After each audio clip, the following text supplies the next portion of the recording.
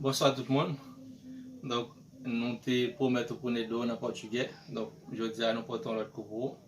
Donc, c'est comment on pourra quelques questions qu'on va poser au monde, les où fait rencontre avec eux.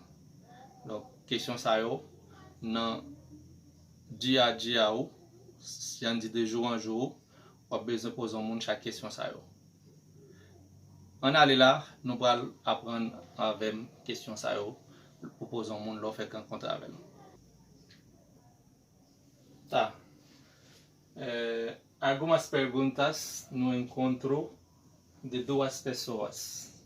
Significa quelques questions no encontro de deux mondes. Algumas perguntas no encontro de duas pessoas. Les deux mondes rencontrés, eu acabo de poser question ça yo. Como você vai? Como você vai? Eu acabo de dizer como vai a sua pessoa. Como vai a sua pessoa. E eu acabo de dizer como você está. Como você está. E eu acabo de dizer, par exemple, des messieurs qui ont été passagers.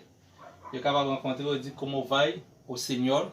Ou bien como o senhor se encontra. Ou acaba de dizer como a senhora se encontra. De tudo significa comment vous êtes. Donc, nous répondons à question. Como você vai? Ele significa comment vous êtes.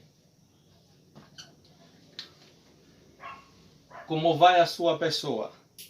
Ele pas changer rien. C'est comment ou est.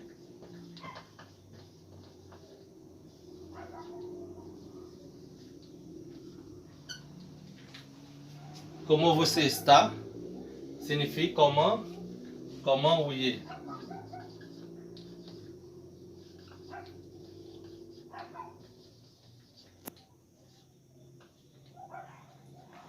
Comment vous êtes. Como o senhor se encontra. Significa comment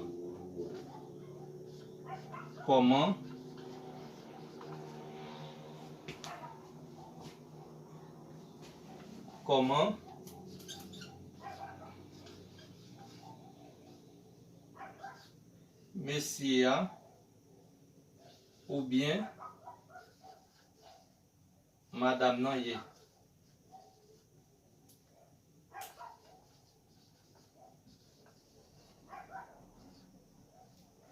Que tout signifie comment ou est. Comment ou est. Comment ou est. Comment monsieur aye ou bien comment madame nan liye. Donc, si nous avons répondu une question ça en portugais, donc nous avons essayé de répondre en portugais. Nous avons répété encore une fois pour prononcer le mot et puis tendre style de prononciation.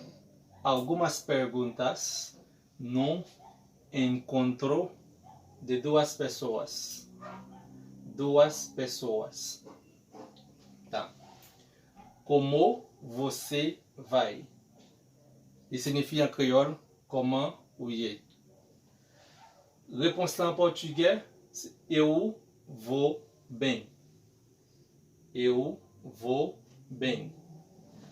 Como vai a sua pessoa? Que c'est en crioulo comment vous êtes. En portugais, réponse là, a minha pessoa vai bem. A minha pessoa vai bem. Como você está? En crioulo, isso significa comment vous êtes. Eu estou bem. Eu estou bem. Como o senhor ou a senhora se encontra. Isso significa comment madame nan ye. Mais par exemple, moi, je dois parler avec madame là, moi, je demande comment lié. Je suis capable de dire comment madame nan lié. Donc, moi, je m'a parlé, je me pose la question indirectement. Réponse là, au Seigneur, se encontra bem. Ou bien, a senhora se encontra bem. A rappeler que alguma signifie quelque. Pergunta signifie question. Non signifie non. On rencontre, encontro signifie rencontre. Donc, doa signifie deux. Pessoa signifie moun, personne. Espérez que nous remettons vidéo. Donc, pas oublier, like vidéo et puis partagez-les avec les amis donc pour avoir vidéo apprendre portugais. Et puis, pas oublier, parler avec eux pour activer la cloche notification pour eux même tout capable de joindre vidéo que nous voyons sur la chaîne là. Merci un peu, j'espère que nous allons regarder vidéo.